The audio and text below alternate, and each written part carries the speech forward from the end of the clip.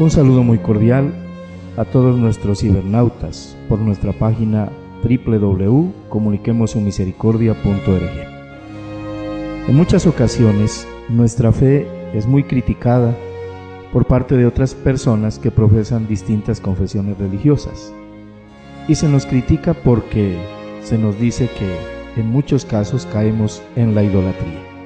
Por eso vamos a abordar la temática sobre la idolatría.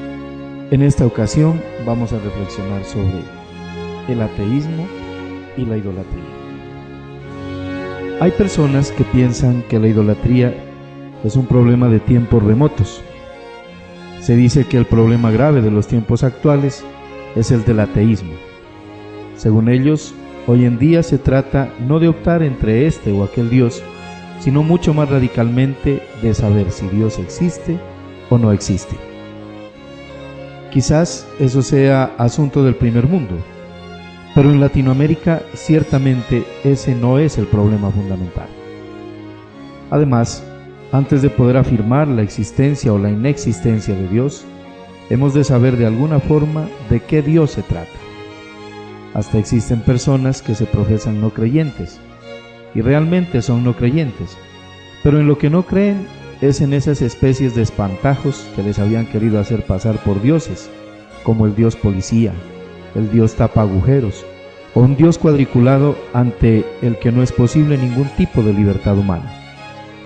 Quien considera a Dios como algo contrario a la dignidad y progreso humano, tiene toda la razón en rechazarlo. Preguntar a alguien si cree o no cree en Dios puede fácilmente llevar a un juego equívoco, ya que la palabra Dios es terriblemente ambigua. Hasta es posible que cuando dos personas discuten sobre Dios, realmente no estén discutiendo sobre el mismo tema.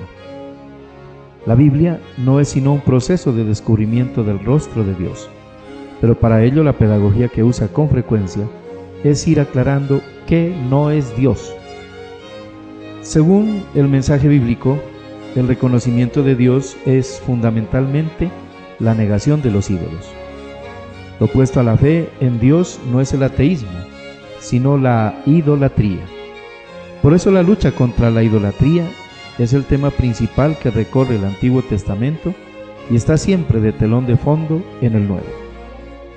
La historia de la salvación no es otra cosa que un despegarse de los ídolos.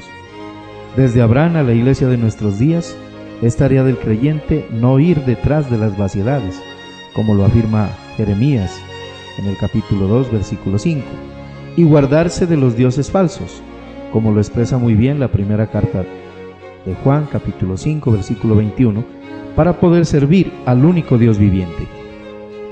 Recordemos en el libro de Josué, capítulo 24, versículo 15, cuando se nos presenta en la asamblea de Siquén, Josué, con una claridad disyuntiva ante su pueblo. Si no quieren servir a Yahvé, digan hoy mismo a quiénes servirán, si a los dioses que sus padres sirvieron en Mesopotamia, o a los dioses de los amorreos que ocupaban el país en que ahora viven ustedes. Tiene que ser clara la discriminación entre las dos situaciones. Así lo gritaba Elías contra la sociedad de su tiempo, como aparece en el primer libro de los Reyes, en el capítulo 18, versículo 21. ¿Hasta cuándo van a caminar con muletas? Si Yahvé es Dios, síganlo. Si lo es Baal, síganlo a él.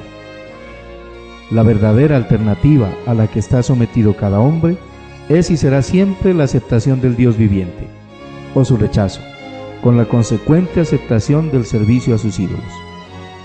Este tema no puede ser propio solamente de épocas pasadas. También actualmente se inventan ideologías alienadas, fetiches e ídolos. También ahora existen personas egoístas y sistemas de opresión que para mantenerse en sus privilegios producen ídolos justificadores a los que diariamente ofrecen sus víctimas. A quienes nos llamamos creyentes nos resulta cómodo hacer resaltar una línea de división entre nosotros y los llamados ateos. La insistencia en la alternativa fe-ateísmo, más que en la de fe-idolatría, llega a resultar una tentación de comodidad autojustificadora. En cambio, cuando se mantiene el problema en los términos Dios o los ídolos, forzosamente todos estamos implicados en él. El cristiano debe reconocerse en un proceso de continua purificación de la idolatría. Los ídolos del mundo son también los nuestros. La enseñanza de la palabra de Dios es que no hay ateos y pueblo de Dios, sino idólatras y creyentes con tentaciones de idolatría. A la Iglesia no la contaminará tanto el ateísmo, por fatal que pueda ser a veces, como los dioses falsos. El mensaje bíblico sobre la idolatría es esencialmente un mensaje de liberación y de esperanza en momentos de crisis y de opresión del pueblo de Israel y de las primeras comunidades cristianas. Nuestra situación histórica es en muchos puntos diferente, pero en el fondo la situación humana y el mensaje es el mismo. Queridos hermanos, estuvo con ustedes el diácono permanente de la diócesis de Pasto, Jaime Goyes Acosta. Recibamos la bendición de Jesús, misericordia divina del Padre, y que Él siga siendo la luz en nuestro diario caminar. Hasta una próxima ocasión.